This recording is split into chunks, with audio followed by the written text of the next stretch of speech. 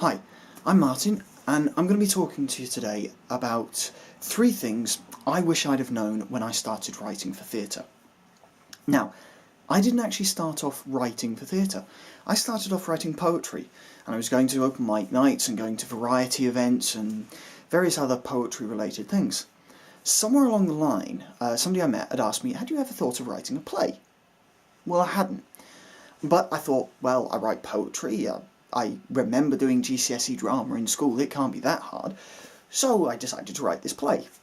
It was produced by a company called Winging It, and at the time I did not have a clue how to write plays. I look at that play now and I go, that's pretty bad. Because I didn't really have an idea of what it meant to write plays. I didn't have any idea about how to write dialogue or what you needed to do technically or any of those things.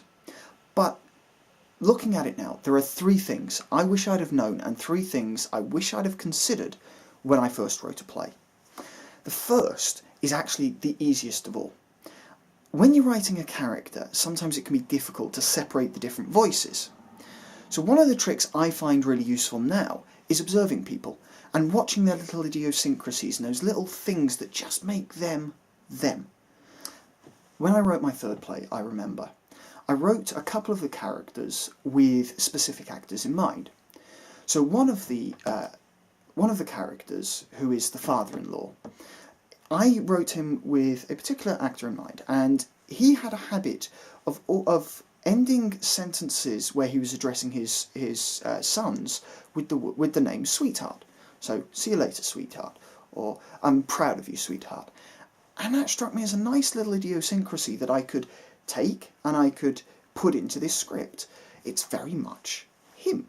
It fit this actor's kind of character, and it helped flesh the character out a bit more.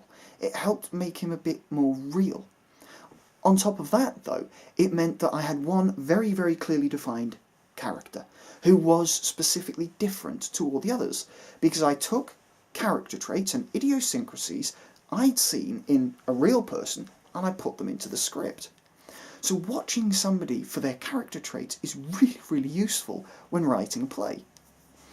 Now, the second thing that I really, really wish I had known was not to worry about the technical. When I wrote my first play, I wrote it for Winging It, and I was invited to the read-through, and then I didn't get to see any of the rehearsal process. I just got tickets and came along to the opening night. And there was a problem.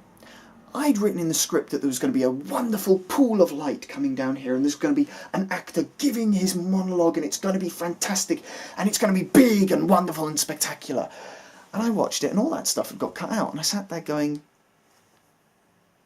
it's not what I wanted at all. What's he done with it?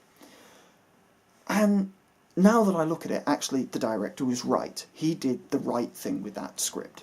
He cut out all the rubbish that I'd put in. And it was absolutely rubbish. So when you're writing a play, one thing that you can get carried away with is how it's going to look. You can have a very strong idea of how this play should look. So there should be lights here, and there should be sound here. There should be, a train hurtling in the background, and this train has to be made of cardboard or something. Well, you don't need to worry too much about that. You just have to give the general idea of what's going on.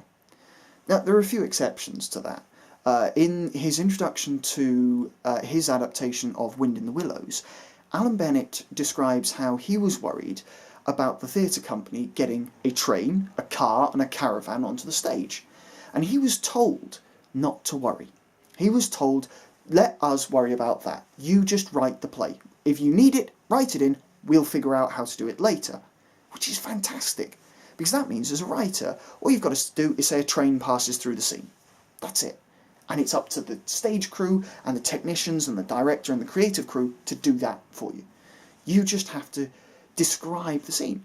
So you don't have to say, 3 people come on, they're carrying a train and they're going past. You don't need to say that. You just need to say, a train hurtles through the scene.